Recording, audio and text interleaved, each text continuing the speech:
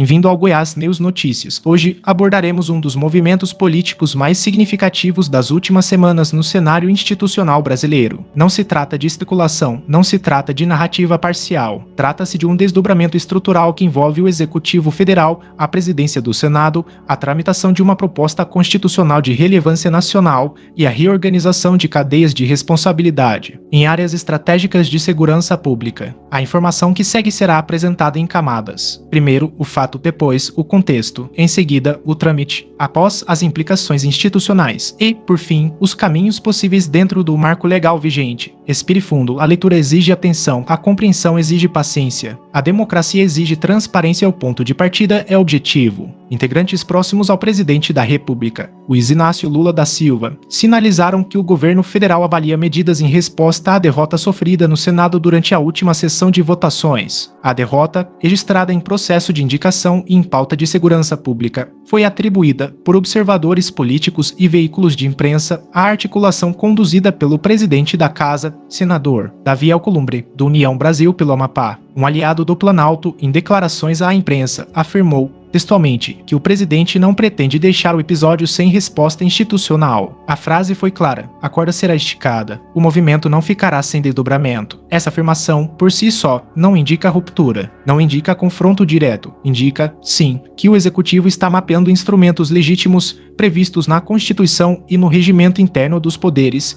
para reequilibrar a governabilidade e garantir a execução de agendas prioritárias. É importante registrar, desde já, que o Brasil opera sob o sistema de freios e contrapesos. Nenhum poder age isoladamente, nenhuma decisão sobrevive ao crivo do controle institucional, e nenhuma reação governamental pode transcender os limites da legalidade, da proporcionalidade e da transparência. Contexto histórico é indispensável. O relacionamento entre o Palácio do Planalto e a presidência do Senado nunca foi linear. É um relacionamento técnico, político e, acima de tudo, institucional. Ao longo das últimas décadas, presidentes da República e presidentes do Congresso navegaram entre cooperação, negociação, resistência e reconfiguração de alianças. Esse ciclo não é anomalia, é estrutura, é funcionamento normal de uma democracia presidencialista com legislativo bicameral forte. O que diferencia o momento atual é a convergência de três vetores simultâneos. Primeiro, a tramitação de uma proposta de emenda à Constituição que reorganiza a arquitetura nacional de segurança pública. Segundo, a indicação de ministros ao Supremo Tribunal Federal, processo que exige quórum qualificado, debate público e avaliação técnica rigorosa. Terceiro, a presença de investigações federais que, por natureza, são sigilosas,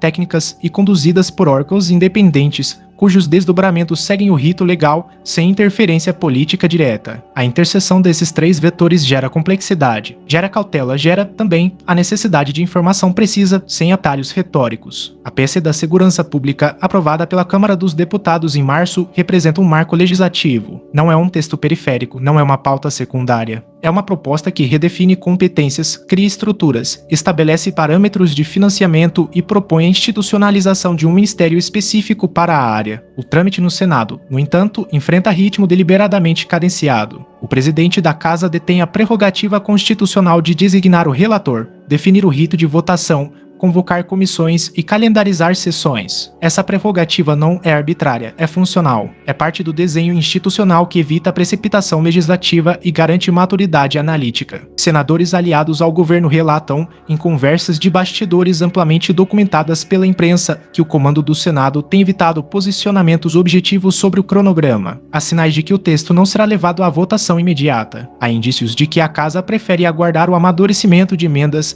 a consolidação de consensos estaduais e a verificação de impacto orçamentário. Essa postura, ainda que geradora de impaciência política, é legítima. O Senado brasileiro tem tradição de revisão cautelosa, tem histórico de aperfeiçoamento técnico, tem obrigação de ouvir governadores, secretários de segurança, especialistas em criminologia, representantes do sistema carcerário e da sociedade civil. O ritmo, portanto, não é necessariamente obstáculo. É filtro, é garantia de qualidade legislativa, é proteção contra normas mal calibradas que, uma vez promulgadas, geram custos elevados e dificuldades de implementação. O caso conhecido publicamente como caso Master entra nesse cenário como elemento de transparência necessária, não de acusação prematura. O Fundo de Previdência do Amapá, denominado Ampreio, realizou aplicações no valor de R$ 400 milhões em letras financeiras vinculadas a uma instituição bancária. O nome do banco aparece associado a um empresário do setor financeiro. A presença do senador Davi Alcolumbre no episódio se dá por via institucional e histórica. A indicação do presidente do Ampreio,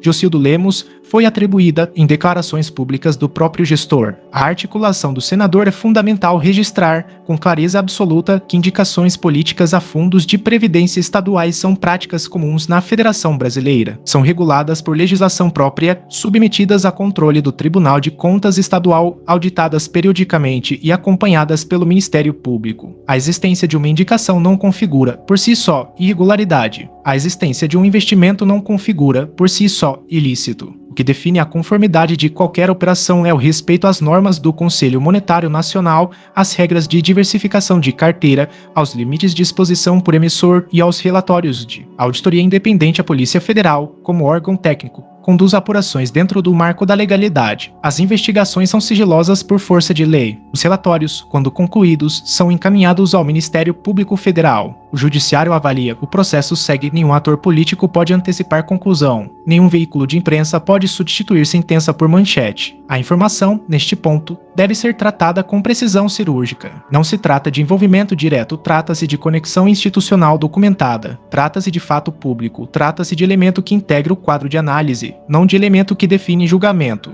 Diante desse panorama, quais são as reações possíveis do Planalto? Os bastidores do governo. Discute-se a revisão de ocupações em cargos de livre nomeação e exoneração, especialmente naqueles vinculados a indicações políticas alinhadas à presidência do Senado. Essa medida, se concretizada, se enquadraria no exercício legítimo da competência constitucional do chefe do Executivo. O presidente da República detém a prerrogativa de nomear e exonerar ministros, secretários, presidentes de autarquias, diretores de empresas públicas e ocupantes de cargos em comissão. Essa prerrogativa é instrumento de governabilidade, é ferramenta de alinhamento programático, é mecanismo de responsabilidade política. No entanto, a aplicação dessa prerrogativa não é livre de limites. Não pode ser arbitrária, não pode ser retaliatória no sentido estrito. Deve observar princípios de impessoalidade, moralidade administrativa, eficiência e continuidade dos serviços públicos. A substituição de gestores exige critérios técnicos, exige transição ordenada, exige garantia de que operações essenciais não serão interrompidas, exige comunicação clara aos servidores e à sociedade. O governo, portanto, se move dentro de um campo de possibilidade institucional, não de confronto institucional. A estratégia provável é a recalibragem gradual, a negociação silenciosa, a pressão regulatória legítima e o uso de instrumentos como a revisão de orçamentos, a reavaliação de convênios e o redirecionamento de recursos para programas alinhados à agenda federal. Pausa é um jogo de xadrez administrativo, não é um jogo de força bruta. Nesta segunda-feira, o presidente Lula mantém reunião agendada com o ministro da Justiça e Segurança Pública, Wellington César Lima. A pauta é objetiva: segurança pública, integração de forças, modernização de sistemas de inteligência, fortalecimento das fronteiras e reestruturação da política nacional de enfrentamento ao crime organizado. A reunião ocorre em paralelo à indefinição sobre a PSC. Não é coincidência, é estratégia. O governo entende que a segurança pública não pode aguardar indefinidamente a conclusão do trâmite legislativo. Enquanto a PSC não é promulgada, a administração federal precisa operar com os instrumentos disponíveis. Precisa otimizar recursos, precisa fortalecer cooperações interestaduais. Precisa avançar em tecnologias de monitoramento, em capacitação de agentes e inteligência financeira. A criação de um Ministério da Segurança Pública, prevista no texto da PSC, não é apenas uma mudança de sigla, é uma reengenharia de comando, é a unificação de competências hoje dispersas entre polícias, agências de inteligência, secretarias de Estado e órgãos de controle. É a instituição de uma cadeia de responsabilidade clara, com metas mensuráveis, indicadores de desempenho e prestação de contas pública. O presidente já declarou, em entrevista concedida à emissora regional, que a aprovação da proposta é condição para estruturar a nova pasta e reorganizar políticas públicas no setor. A declaração é programática, não ameaçadora. É um plano de ação, não um ultimato. O impacto dessa dinâmica se estende além de Brasília. Em Goiás, a segurança pública é tema de atenção permanente. O estado enfrenta desafios complexos, rotas de tráfico interestaduais, fronteiras porosas com regiões de alta criminalidade, necessidade de integração entre polícia civil e militar, modernização de sistemas prisionais e fortalecimento de ações de prevenção social. Uma peça que reorganize a arquitetura nacional de segurança impacta diretamente os governos estaduais, impacta os repasses federais, impacta a formação de agentes, impacta a aquisição de equipamentos, impacta a cooperação jurídica internacional, impacta, enfim, a vida do cidadão que depende de uma polícia eficiente, de um sistema judicial ágil e de uma política de prevenção que chegue às periferias. Por isso, a tramitação no Senado não é um debate de corredor, é um debate de consequência real, é um debate que define recursos, define prioridades, define o ritmo da modernização do aparato de segurança em 26 estados e no Distrito Federal. O cenário político regional também merece análise. O Centro-Oeste brasileiro, historicamente, opera como ponte entre o Norte, o Nordeste e o Sudeste. Essa posição geográfica confere relevância estratégica. Goiás, em particular, é o logístico, polo agroindustrial, centro de distribuição nacional e território com presença significativa de órgãos federais de segurança. Qualquer reconfiguração na relação entre executivo e legislativo federal repercutirá nos convênios estaduais, nas licitações de equipamentos, na capacitação de profissionais e na implementação de programas federais. A governabilidade não se constrói apenas em Brasília. Constrói-se nos governos estaduais, nas prefeituras, nas delegacias, nos quartéis, nas escolas, nos postos de saúde. A segurança pública, especificamente, depende dessa capilaridade, depende de integração, depende de coordenação, depende de confiança institucional. Quando o ritmo legislativo se desacelera, a execução administrativa se adapta. Quando a negociação política se intensifica, a gestão técnica se fortalece. Quando a transparência se mantém, a democracia se consolida. O papel do Congresso, neste momento, é central. O Senado não é obstáculo, é revisor, não é adversário. É contrapeso. A função principal da casa é examinar, emendar, aperfeiçoar e, quando necessário, sustar projetos que, por precipitação ou inadequação técnica, possam gerar custos elevados ou violar princípios constitucionais. Essa indicação de um relator para a PSE da segurança pública exige critério, exige equilíbrio, exige capacidade técnica e sensibilidade política. O relator não apenas escreve parecer, ele estrutura debate, ele ouve audiências públicas, ele confronta versões, ele propõe ajustes, ele assume responsabilidade histórica. A demora na designação, portanto, não é necessariamente obstrução. Pode ser cautela, pode ser busca por perfil adequado, pode ser aguardo de consensos mínimos que garantam a sobrevivência do texto no plenário e, posteriormente,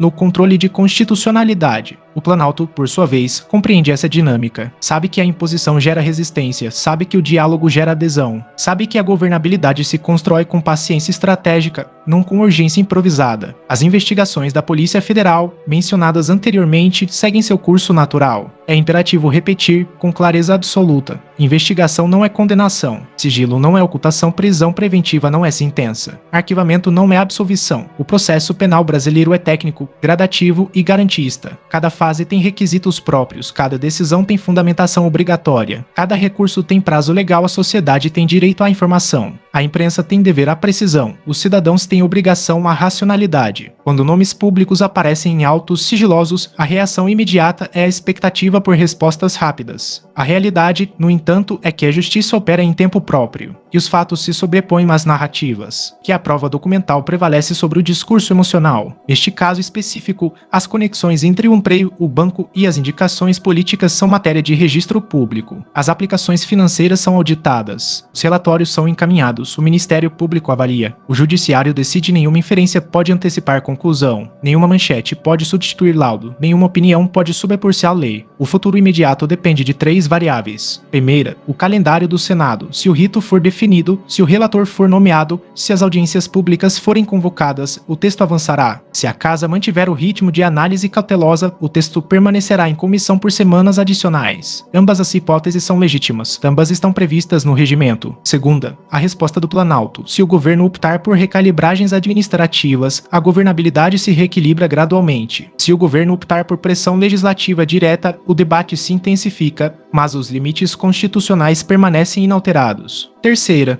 a condução das investigações. Se os autos revelarem irregularidades concretas, os mecanismos de controle atuarão. Se as operações confirmarem conformidade, o episódio se encerrará como registro institucional. Em ambos os casos, a legalidade será o norte. A segurança pública, enquanto política de Estado, não pode ser refém de ciclos políticos curtos. Ela exige planejamento decenal, exige orçamento previsível, exige carreira estruturada, exige formação contínua, exige tecnologia de ponta, exige integração de bases de dados, exime-se de improvisos, rejeita partidarização. A PSR em trâmite é um instrumento, não é fim. É meio, é caminho, é estrutura. A criação de um ministério específico é passo necessário, mas não suficiente. O ministério precisa de equipe, precisa de mandato claro, precisa de autonomia técnica, precisa de accountability pública. O governo federal, ao vincular a aprovação do texto à reorganização da área, demonstra a consciência institucional. Não está criando dependência, está estabelecendo condição de execução. Está alinhando legislação à capacidade operacional. O jornalismo responsável, neste contexto, tem papel insubstituível. Informar não é repetir. Informar é contextualizar. Informar é separar fato de opinião. Informar é atribuir fonte. Informar é indicar limite. Informar é evitar sensacionalismo. Informar é proteger a democracia. O Goiás News Notícias reafirma seu compromisso com a precisão, com a neutralidade analítica e com o respeito às instituições. Nenhuma informação será veiculada sem verificação. Nenhuma afirmação será apresentada sem respaldo. Nenhuma narrativa será construída sobre base frágil. A transparência é o alicerce. A responsabilidade é o método. A cidadania é o destino para algum de vocês, seguidores do canal, que tem interesse de fazer algumas compras online. Nós temos 4 lojas parceiras.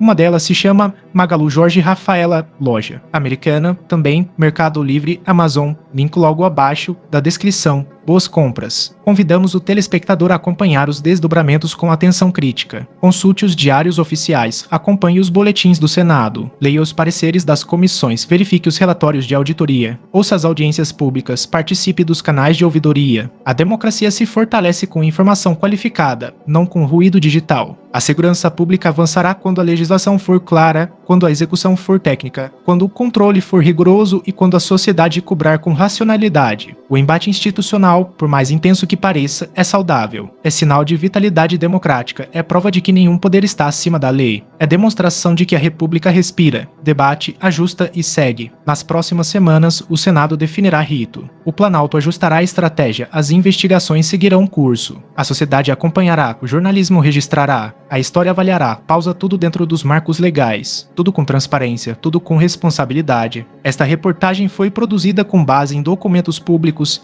declarações oficiais, tramitação legislativa registrada e fontes jornalísticas de reconhecimento nacional. Nenhuma informação especulativa foi incorporada, nenhum tom sensacionalista foi utilizado. O objetivo exclusivo é a formação cidadã, a compreensão institucional e o fortalecimento da democracia informativa. Goiás News Notícias mantém seu compromisso com a verdade factual, com o rigor metodológico e com o respeito ao telespectador. A informação é direito, a clareza é dever, a democracia é construção diária. Acompanhe, analise, questione, participe, informe-se com responsabilidade. Ponte Goiás News Notícias.